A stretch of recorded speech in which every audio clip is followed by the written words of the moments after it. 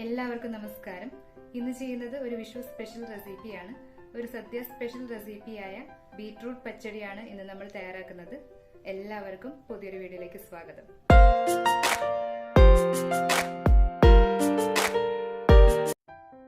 Beetroot പച്ചടി തയ്യാറാക്കാനായിട്ട് ഒരു മൺചട്ടി സ്റ്റൗവിലൊന്ന് ചൂടാക്കാനായിട്ട് വെച്ചിട്ടുണ്ട്. മൺചട്ടി തന്നെ വേണമെന്നില്ല, ചൂടുകട്ടിയുള്ള ഏതൊരു പാത്രവും നമുക്ക് ബീട്രൂട്ട് പച്ചടി തയ്യാറാക്കാനായിട്ട് എടുക്കാവുന്നതാണ്. ആദ്യം തന്നെ നമുക്ക് ബീട്രൂട്ട് ഒന്ന് വേവിച്ചെടുക്കണം. അതിനായിട്ട് മീഡിയം സൈസുള്ള ഒരു ബീട്രൂട്ട് കനം കുറച്ച് ഗ്രേറ്റ് ചെയ്ത് റെഡിയാക്കി വെച്ചിട്ടുണ്ട്. ചെറുതാണെങ്കിൽ 2 എണ്ണം വരെ എടുക്കാവുന്നതാണ്. സദ്യക്ക് വേണ്ടിയിട്ട് സെർവ് ചെയ്യുമ്പോൾ വളരെ കുറച്ച് മാത്രം സെർവ് ചെയ്യുന്നതുകൊണ്ട് ഏകദേശം 8-10 പേർക്കുള്ള ബീട്രൂട്ട് പച്ചടി നമുക്ക് ഇതിൽ നിന്നും കിട്ടും. ചട്ടി ഒന്ന് ചൂടായി വരുമ്പോഴേക്കും നമുക്ക് ഗ്രേറ്റ് ചെയ്ത് വെച്ചിരിക്കുന്ന ബീട്രൂട്ട് ഇതിലേക്ക് ഇട്ട് കൊടുക്കാം. കൂടെ തന്നെ 1/2 ടീസ്പൂൺ ഉപ്പ് കൂടി ചേർത്ത് കൊടുക്കുന്നുണ്ട്. കുറവുള്ള ഉപ്പ് നമുക്ക് പിന്നീട് ചേർത്ത് കൊടുക്കാം.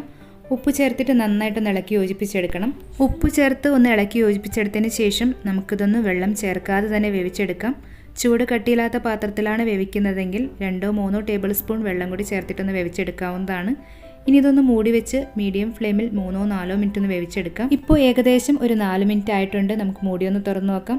നമ്മുടെ ബീട്രൂട്ട് ഇവിടെ ആവശ്യത്തിനൊന്ന് വെന്ത് കിട്ടിയിട്ടുണ്ട്. ബീട്രൂട്ട് ഒന്ന് വെന്ത് പാകമായി കിട്ടിയാൽ ഇനി നമുക്ക് ഇതിലേക്ക് ഇതുപോലെ 1/2 കപ്പ് തേങ്ങയും 2 പച്ചമുളകും ചെറിയൊരു കഷ്ണം ഇഞ്ചിയും 1/4 ടീസ്പൂൺ ചെറിയ ജീരകം കൂടി 3-4 ടേബിൾ സ്പൂൺ വെള്ളം ചേർത്ത് മിക്സിയുടെ ചെറിയ ജാറിലിട്ട് നന്നായി പേസ്റ്റ് പോലെ അരച്ച് ചേർത്ത് കൊടുക്കാം. ഇഞ്ചി നിർബന്ധമില്ല, ഇഞ്ചി ചേർത്തും ചേർക്കാതെയും നമുക്ക് ഈ പച്ചടി തയ്യാറാക്കി എടുക്കാവുന്നതാണ്. തേങ്ങ അരച്ച് ചേർത്തിട്ട് നമ്മൾ ബീട്രൂട്ട് വേവിച്ചതിലോ തേങ്ങ അരച്ച് ചേർത്തതിലോ വെള്ളം എന്തെങ്കിലും ഉണ്ടെങ്കിൽ ഇതുപോലെ ഒന്ന് ഇളക്കി വറ്റിച്ചെടുത്തതിന് ശേഷം തേങ്ങയുടെ പച്ചമണം ഒന്ന് മാറിക്കിട്ടാനായി മൂടി വെച്ച് ചെറിയ ഫ്ലെയിമിൽ 1-2 മിനിറ്റ് ഒന്ന് വേവിച്ചെടുക്കാം.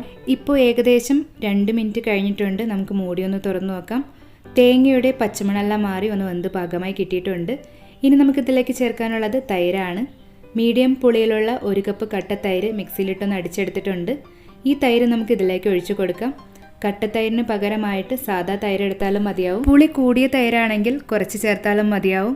അതുപോലെ തന്നെ പുളി കുറഞ്ഞ തൈരാണെങ്കിൽ പുളി അനുസരിച്ചിട്ട് നമുക്ക് വേണമെങ്കിൽ കൂടുതൽ ചേർത്ത് കൊടുക്കാം. തൈര് ചേർത്തതിന് ശേഷം നമുക്ക് ഉടനെ തന്നെ ഫ്ലെയിം ഓഫ് ചെയ്തിട്ട് തൈര് നന്നായിട്ടൊന്ന് ഇളക്കി യോജിപ്പിച്ചെടുക്കാം.